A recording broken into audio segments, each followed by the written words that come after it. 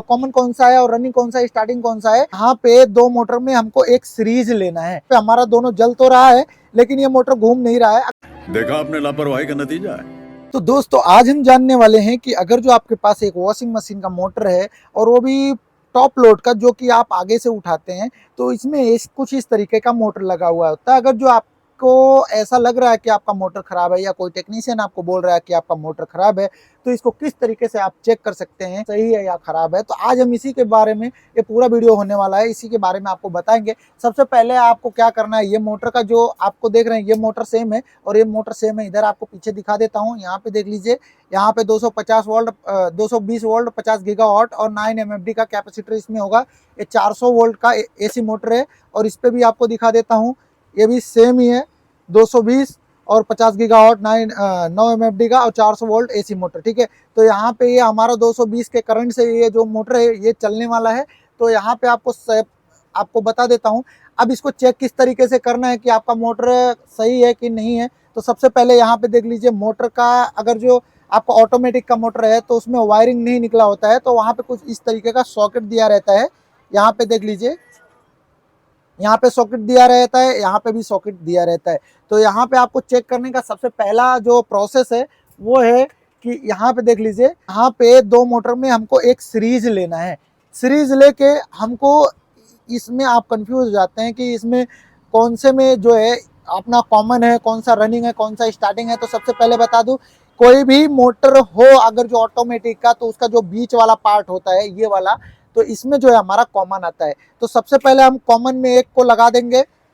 Common में लगाने के बाद अब हम यहाँ पे दूसरा जो है हम सीरीज को स्टार्ट करेंगे और यहाँ बाजू में लगा के चेक करेंगे। यहाँ पे हमारा कोई भी मतलब लाइट ब्लिंक या लाइट शो नहीं हो रहा है, तो अब हम इसमें लगाएंगे।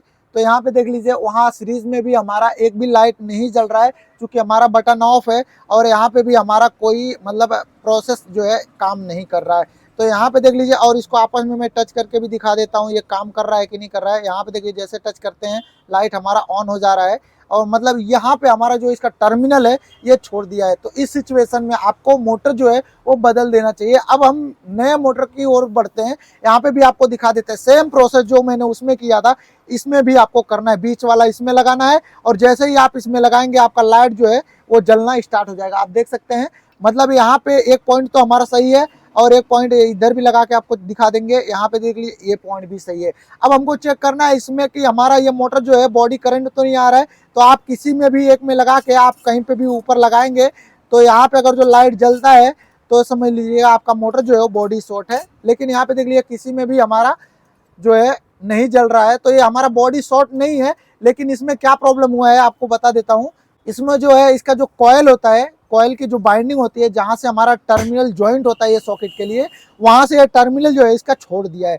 तो ये रिपेयरेबल तो होता है लेकिन ये रिपेयरेबल में सक्सेस नहीं होता है। इसकी वजह से हमको मोटर को चेंज ही कर देना होता है। अब चलिए हम मोटर को आपको चेक करके भी बता देते हैं। जैसे कि यहाँ पे देख लीजिए, यहाँ पे हमारा दोनों जल तो रहा है लेकिन ये मोटर घूम नहीं रहा है। अगर जो घुमाना है मोटर, तो सबसे पहले आपको क्या करना होगा, आपको एक कैपेसिटर लेना होगा, जैसे कि मैंने यहाँ पे लिया है, और किसी एक में हमको लगा देना है। हमारा सीरीज पे ही ये मोटर जो है वो चालू हो चुका है। अगर हम एक में इसमें लगा दे रहे हैं मान लीजिए, और इसको अच्छे से कनेक्ट कर दे रहे हैं।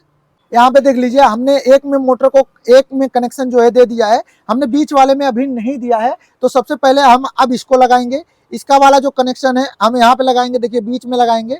यहाँ पे देख लीजिए, हमने ये साइड में लगाया है ये वाला पार्ट्स, आप देख सकते हैं, नजदीक से मैं दिखा देता हूँ आपको। यहाँ पे देख लीजिए, ये वाला जो है मैंने पीले वाले वायर में लगाया है। अब जो हमारा ये दूसरा हिस्सा बचता है इसको हम सबसे किनारे वाले साइड में लगा देंगे।